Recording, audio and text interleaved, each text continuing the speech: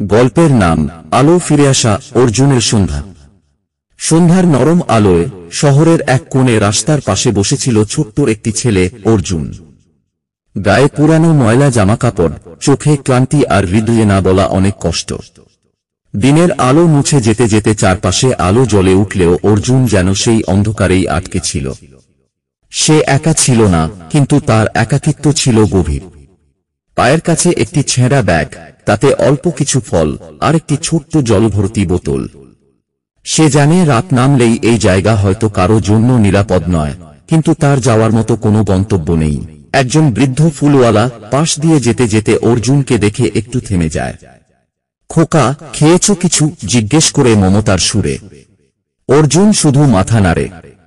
বৃদ্ধ তার ঝুলিতে একটি কলা আর একটি বিস্কুট তার দিকে এগিয়ে দেয়।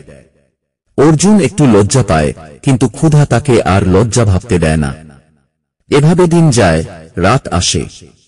শহরের হাজার ব্যস্ততার মাঝে হারিয়ে থাকা এক শিশুর এই জীবনের গল্প হয়তো কেউ কখনো জানতে পারবে না।